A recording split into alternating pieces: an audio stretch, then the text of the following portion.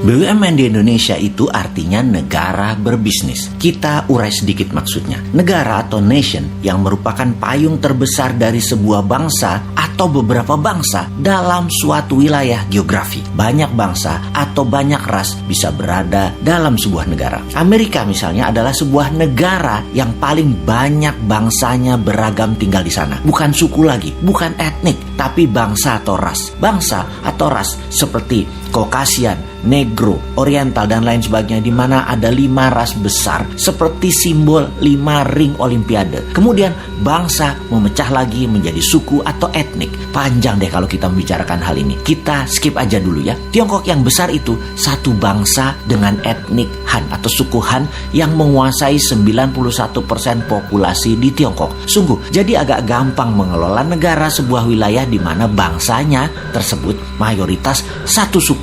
Sebagai catatan, suku Han merupakan suku terbesar di dunia. 19% dari penduduk dunia adalah suku Han dan 91% penduduk Tiongkok berasal dari suku ini. Setiap bangsa walaupun berbeda warna kulitnya, semua kita satu spesies humankind, yaitu Homo sapiens. Ada yang good, ada yang bad, ada yang baik, ada yang buruk. Jadi tidak bisa kita katakan ras tertentu baik, ras yang lainnya jelek. Kembali ke negara. Ketika sebuah penduduk di suatu wilayah membuat kesepakatan, membuat undang-undang dasar, membuat ADART deh kalau itu koperasi, memilih sistem bernegara, bisa presidensial, bisa parlementer, bisa monarki, lalu sistem pemerintahnya mengambil misalnya otoritarian, demokrasi, komunisme, sosialisme, apapun. Silakan. Selama isi satu negara tersebut setuju, maka negara itu berdiri dan menjalankan kehidupan bernegaranya. Di dalam bernegara ada Ipolek Sosbud Hankam, ideologi, politik, ekonomi, sosial, budaya, pertahanan, dan keamanan. Itu pun dipecah lagi di setiap bagian, punya sistem berbeda lagi di setiap negara satu dengan negara lainnya.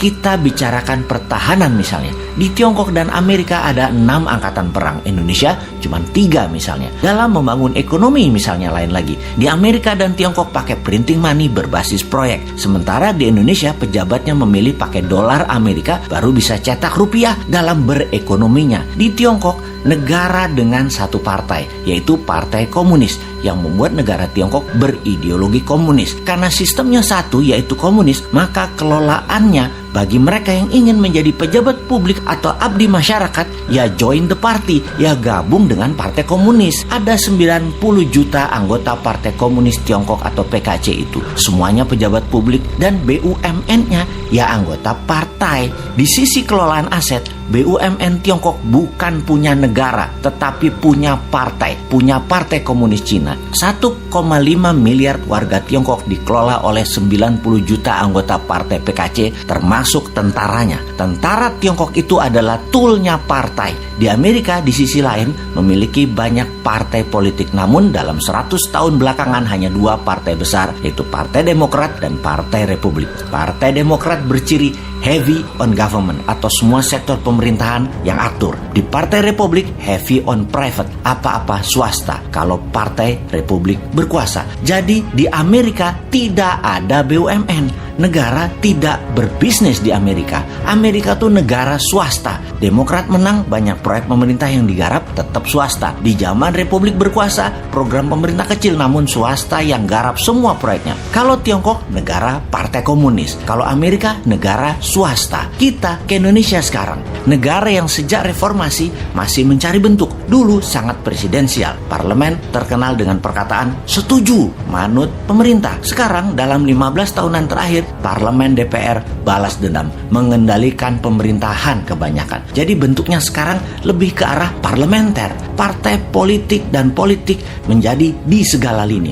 membuat Indonesia menjadi negara politik. Mau kaya di Tiongkok, join Partai Komunis. Mau kaya di Amerika, di swasta, plus berbisnis dengan politikus. Mau kaya di Indonesia, berpolitik bersama partai politik, mainkan anggaran pemerintah dan kebijakan pemerintah. Gitu doang. Jadi mulai lihat bedanya. Mengingat sejarah sebentar, di pertengahan tahun 50-an, sekitar tahun 57, tahun 58, Partai Komunis Indonesia mengusulkan ke Pak Karno, presiden sewaktu itu, untuk menasionalisasi aset-aset milik Belanda, di mana aset tadi menjadi milik negara. Dan tidak heran ketika hal itu dijalankan, pejabatnya perusahaan Belanda yang dinasionalisasikan tersebut adalah orang-orang komunis Indonesia. Inilah yang membuat Partai Komunis Indonesia PKI memiliki pendanaan sehingga di tahun 60-an awal kekuatan mereka meningkat. Satu hal yang mereka minta kemudian yaitu petani dipersenjatai sebagai angkatan kelima, di mana kalau hal itu disetujui maka PKI punya semua, punya dana, punya BUMN, dan petani dipersenjatai. Mirip Partai Komunis Cina. Sehingga satu hal yang belum PKI dapat, mengambil pemerintahan negara Indonesia dan mengubahnya menjadi negara komunis. Singkat cerita, CIA Operation. PKI dikejar sampai ke dalam hutan, terjadi genosida besar-besaran. Itu luka sejarah panjang demi NKRI, demokrasi berdiri, membuat korban saudara sebangsa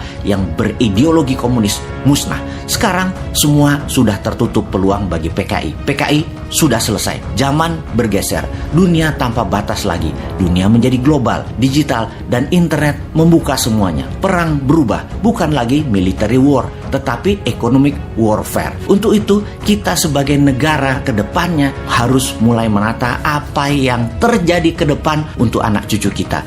Masih cocokkah negara berbisnis? Apakah akan membuat negara menjadi single party country seperti PKC di Tiongkok atau di Meksiko? Apakah negara politik seperti Indonesia saat ini cocok untuk ke depannya, yaitu membuat Indonesia menjadi negara superpower? Kalau sahabat punya usulan, usulkan. Kalau sahabat suka dengan politik seperti saat ini, ya teruskan. Yang pasti, menurut kaum New Mind, apa yang sekarang ada tidak akan membuat Indonesia menjadi negara superpower. New Mind punya ide lain. Tidak merubah undang-undang dasar, tidak merubah Pancasila, dan pastinya NKRI garis lurus. Dan pasti Indonesia bersama New Mind akan menjadi negara superpower. Gak seperti kaum Old Mind yang sekarang menjabat, di mana superpowernya yang dibuat adalah Tiongkok. Negaranya penyuplai doang.